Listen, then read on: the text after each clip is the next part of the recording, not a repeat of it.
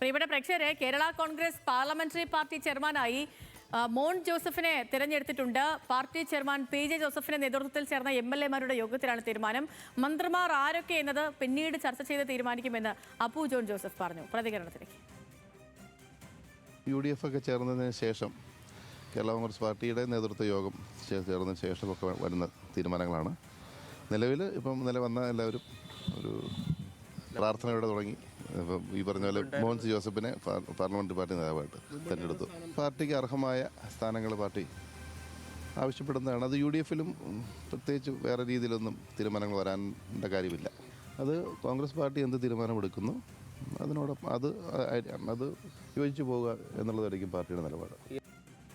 ജോയ്മോൻ വിവരങ്ങളുമായി ചേർന്നുണ്ട്. ജോയ്മോനെ, അർഹതപ്പെട്ട സീറ്റുകൾ ചോദിക്കും കേരള കോൺഗ്രസ് ജോസഫ് വിഭാഗം. അതിനൊക്കെയും അപ്പുറമാണ് മോൻസ് ജോസഫിനെ ഇപ്പോൾ പാർട്ടി ചെയർമാനായി തിരഞ്ഞെടുത്തത്.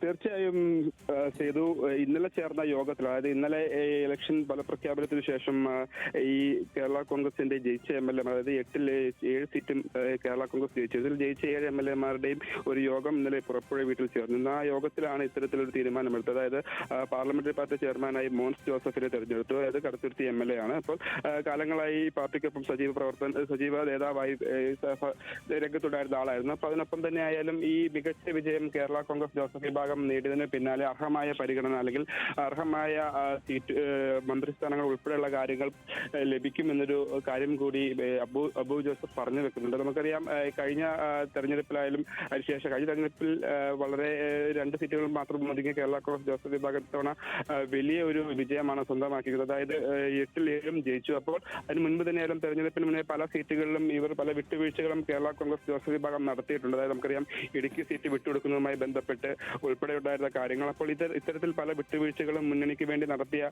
പാർട്ടിയാണ് കേരള കോൺഗ്രസ് ജോസഫ് വിഭാഗം. അപ്പോൾ അവർക്ക് അർഹമായ പരിഗണന ഈ വരുന്ന മന്ത്രിസഭയിൽ ഉണ്ടാകും എന്നാണ് അപ്പു ജോസഫ് പറഞ്ഞു വെക്കുന്നത്. നമുക്കറിയാം, വർഷങ്ങളായിട്ട്, അല്ലെങ്കിൽ പി.ജെ. ജോസഫ് ഉണ്ടായിരുന്ന കാലം മുതൽ പല മേഖലകളിലെ പല മന്ത്രിസ്ഥാനങ്ങൾ അലങ്കരിച്ചിട്ടുണ്ട്. അപ്പോൾ കൃഷി ഉൾപ്പെടെയുള്ള വകുപ്പുകളിൽ തന്റേതായ കഴിവുകൾ ഉൾപ്പെടെയുള്ള തെളിയിച്ചിട്ടുണ്ട്. അപ്പോൾ അത്തരത്തിൽ ആ വകുപ്പുകളിലേക്കൊക്കെ ഒരു താല്പര്യമുണ്ടാകും. പക്ഷേ ഇതിനായാലും വലിയ ശരി ജോയ്മോനെ, ശരി.